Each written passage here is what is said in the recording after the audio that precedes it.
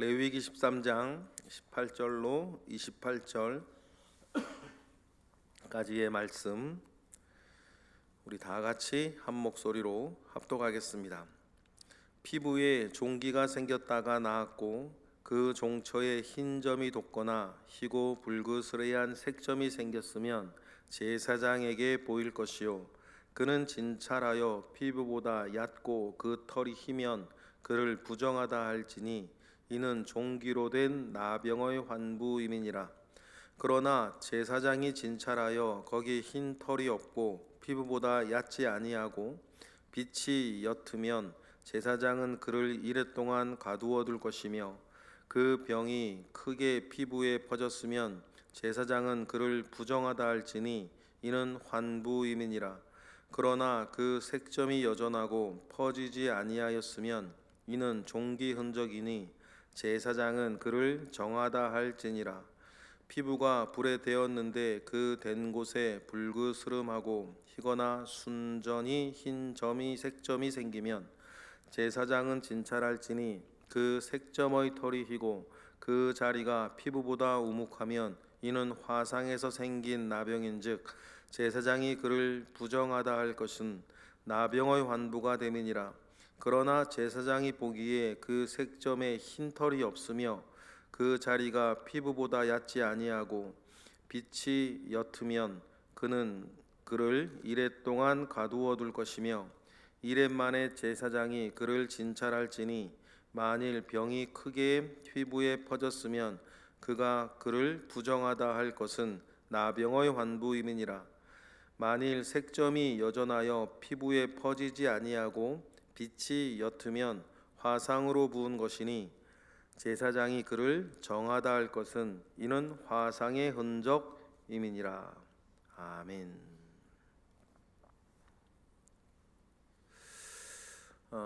이 세상에는 많은 신이라는 것들이 있습니다. 많은 신들이 있어요. 그런데 이 땅에 존재하는 그 신들을 보면 다 이제 사람들을 이용하죠.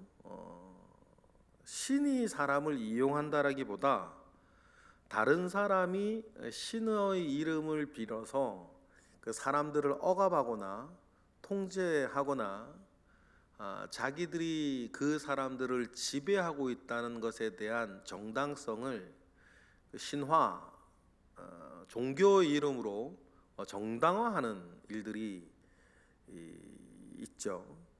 그래서 어느 사회나 그 사회가 암묵적으로 동의하고 있는 여러 합의들은 종교에서 부여하는 일들이 많이 있습니다. 그래서 이 종교를 사회학적으로나 이렇게 분석을 하면 그 사회의 지배계층이 자기들이 지배하고 자기들이 지배하기 위해서 그 사회에 통용되어지고 있는 여러 위계 질서나 합의나 이런 것들의 정당성을 종교의 이름, 신의 이름으로 보장하고 모든 사람들이 당연하게 그 지배를 받도록 통제하는 데에 사회학적으로나 인류 문화학적으로는 종교를 그렇게 정의를 하죠. 그러다 보니까 사람이 신을 만들고 그 신을 이용해서 다른 사람을 지배하는 정당성을 얻어야 되니까 그 신은 사람들에 대한 관심은 별로 없어요. 사람들에 대한 관심이 없고 지금의 사회 체제를 유지해 나가는 데에 많은 대중들한테 공포를 심어 주어서 감히 이 신이나 통치자들에게 이렇게 반역하지 못하도록 만드는 사회를 구속하고 결속하는 도구로 종교나 신이 이렇게 작동을 하게 되어 있죠. 그것이 인간이 만든 종교 내지는 신의 특징들이에요. 그런데 우리가 레위기를 읽고 있지만 레위기는 굉장히 이제 오래된 책입니다. 주전 15세기 전이에요. 그래서 지금으로부터 2500년 전 이렇게 되겠죠.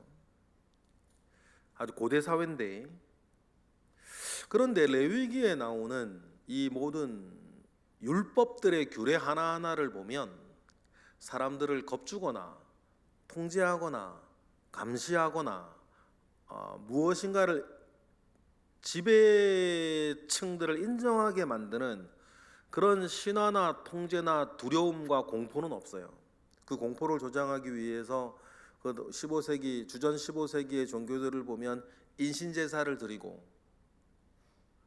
잘못 걸리면 내가 인신제사 당할 수 있고 내 자식이 인신제사를 당할 수 있고, 넙죽 통치자 앞에, 신을 대리하는 통치자 앞에 엎드려야 하고, 그런 인간이 만든 신들은 그렇게 작동을 하는데, 우리가 레위기를 읽고 우리가 보면서 그런 비슷한 율법들은 없는 거예요. 그런 비슷한 율법들은 없고, 그 모여있는 이스라엘 백성들의 그 사람들과 삶을 보살피고 챙기고 그들을 존귀하게 유지시켜 나가기 위한 규례들로 시작을 한다는 거예요. 이것이 사람이 만든 신이 아니라 사람을 만든 신이 가지는 당연한 본성이라고 생각해요. 다른 정치적 어떤 지배욕에서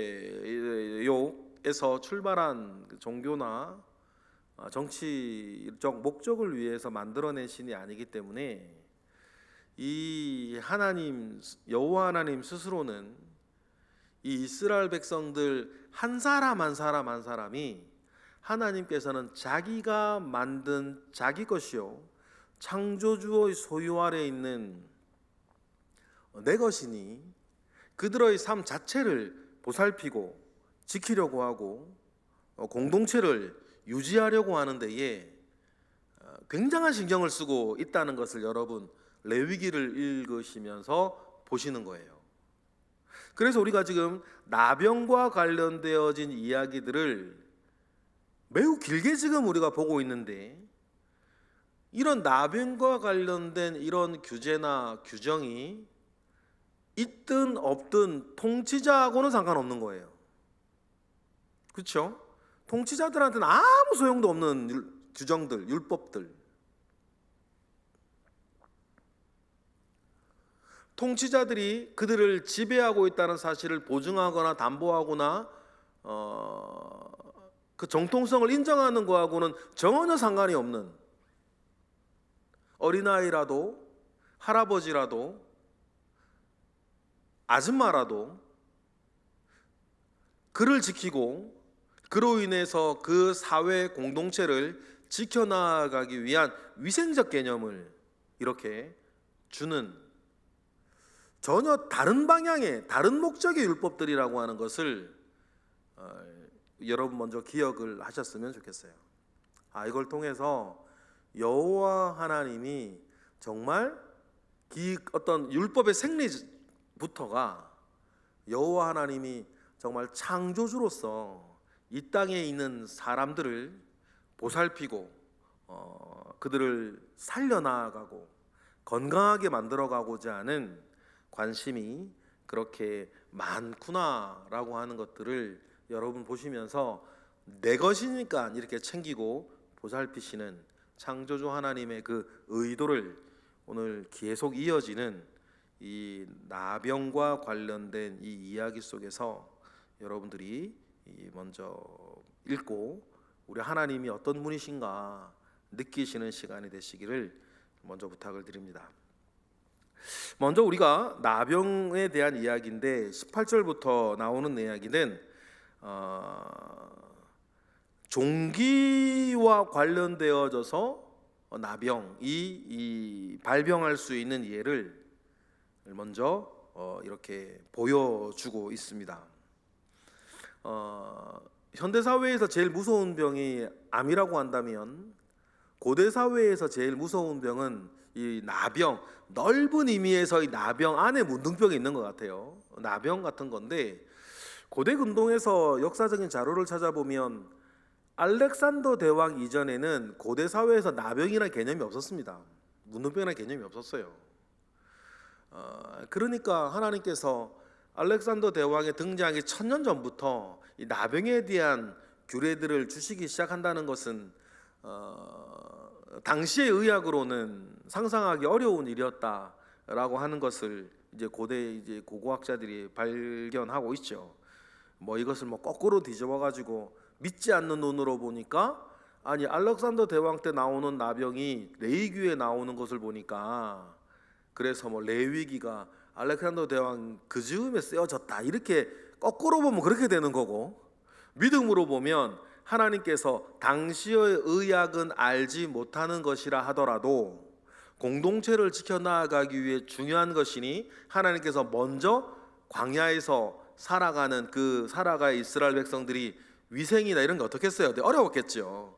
그들을 지켜나가기 위한 하나님의 먼저 하시는 선제적인 조치셨다. 공동체를 지켜야 되니까 그런 내용들이 또 한편으로는 되겠습니다. 그런데 그 나병을 문제를 다루면서 여러 가지로 다루는데 18절부터는 종기가 생겼는데, 그 종기로 그냥 피부염으로 남을지 아니면 나병으로 발전할지에 대해서 하나님께서 체크할 수 있는 거리를 주시는 거예요.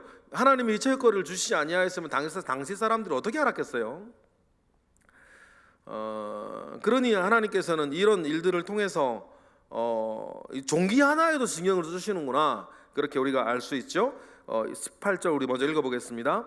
피부에 종기가 생겼다가 나았어요.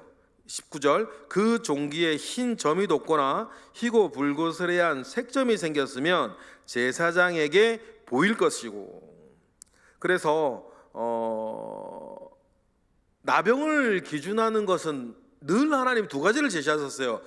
괴사가 일어나는 거죠. 피부 괴사가 일어나는 거예요. 그래서 늘 기준을 봤을 때 그 피부병이 돈 것이 우묵하여졌다, 꺼졌다는 거죠. 그래서 피부 괴사가 일어났다면 그것은 나병이다, 이렇게 알려주시는 거고, 그 백화 현상이라 그러잖아요. 흰색 희어지면서 흰털이 막 돋아나면 그것도 나병이다는 기준들을 나병이 시작하면서 계속 이야기를 해주세요. 그래서 하나님께서 나병이 일어날 수 있는 여러 가지 케이스들을 보여주시면서 오늘 본문은 18절에는 종기고 24절부터는 화상 입었다가 나은 부분들에 대해서 나병이 생기는 부분들에 대해서 이야기해 주시는데, 기준은 언제나 두 가지예요. 백화 현상하고 피부 괴사가 일어나는지를 지켜보는데 잘 모르겠으면 7일을 격리하고 7일 격리하고 난 뒤에 변화가 또 모르겠으면 또 7일을 격리하고 14일 동안 격리했는데도 잘 모르겠으면 일단은 보낸 다음에 다시 괴사가 일어나거나 백화 현상이 일어나거나 황반 현상이 일어나면 다시 불러드리고, 이런 것들은 계속 하나님께서 나병과 관련되어서 계속 이렇게 진찰할 수 있는 그 체크 포인트로 계속 주시는 거죠. 그래서 종기로 인한 것들도 마찬가지예요. 20절 기준은 똑같이 주시는 거죠. 20절 읽어보겠습니다. 그는 진찰하여 피부보다 얕고 그 털이 희면 그를 부정하다 할지니 이는 종기로 된 나병의 일부니라. 백화 현상하고 이 괴사가 일어나는 부분들은 똑같이 늘 그렇게 얘기를 하시는 거죠. 그리고는 잘 모르겠으면 21절에 7일 동안 격리를 하고, 격리를 하는 동안에 22절 퍼졌으면 부정하다 하고, 23절 퍼지지 않고 그대로 있으면 보통 악성 피부염, 피부 질환으로 알고 피부병으로 알고 그는 돌려보내라, 이야기를 그렇게 하고 계십니다. 또 나병이 일어날 수 있는 그 원인 중에 하나가 24절엔 화상을 입었을 때예요. 그렇죠. 그 당시에 화상을 입었으면 우리처럼 치료할 수 있는 방법이 뭐가 있겠어요? 그때는 그냥 낫도록 내버려 둬야 되는데, 그 화상으로 데워졌던 부분이 뭐 몇 도 이상 넘어가서 막 피부 괴사가 일어나고 하면 그 자체가 이제 썩어 들어가고 하니까 그 부분들에 대한 이야기들을 다시 24절에 또 말씀을 하시죠. 우리 24절 읽어보겠습니다.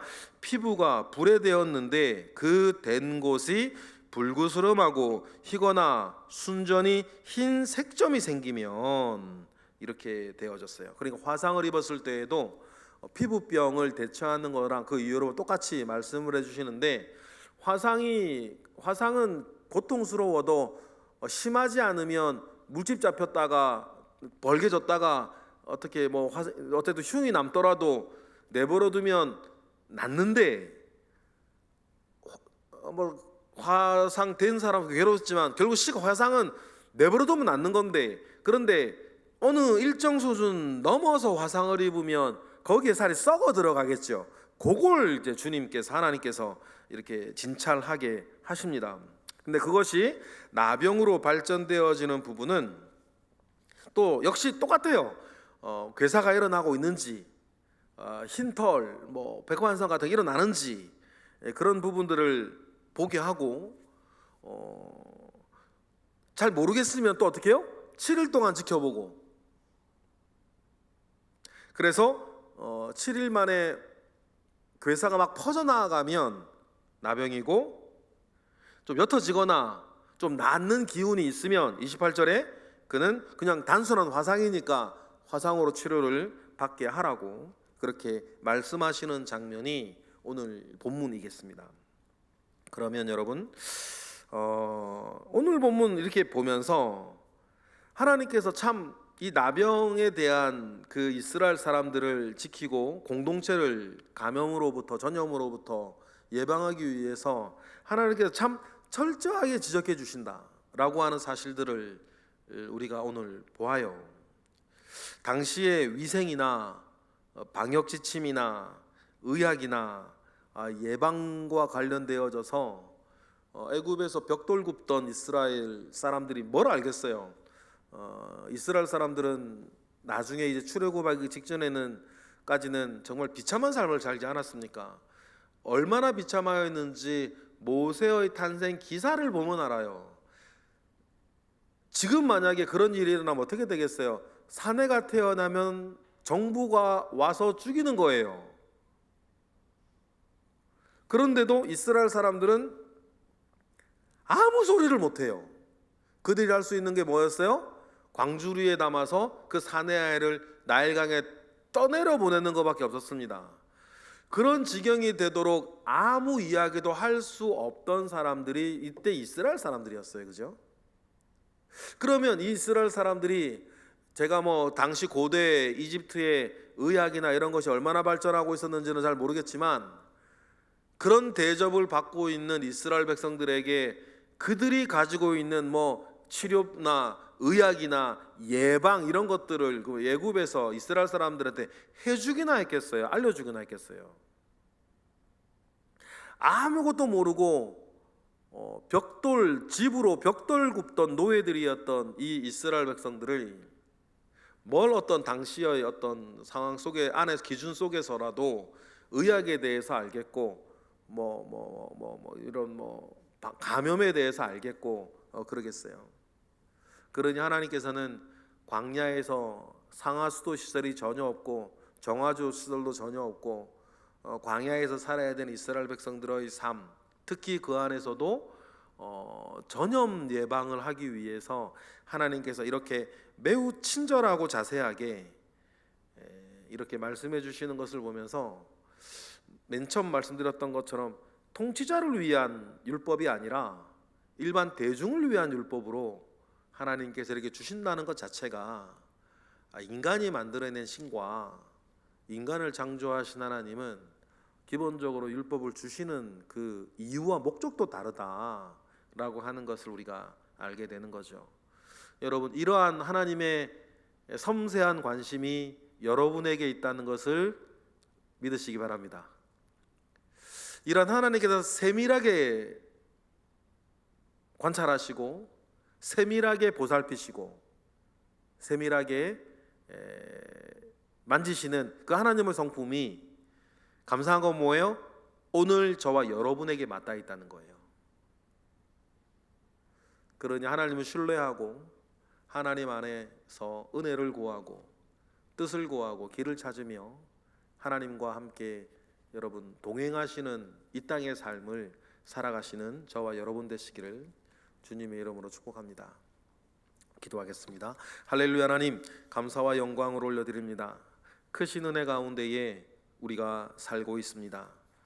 하나님께서 이스라엘 백성들을 이렇게 세밀히 보살피듯이 하나님께서 우리도 영적으로나 육적으로 보살피고 계심을 믿습니다.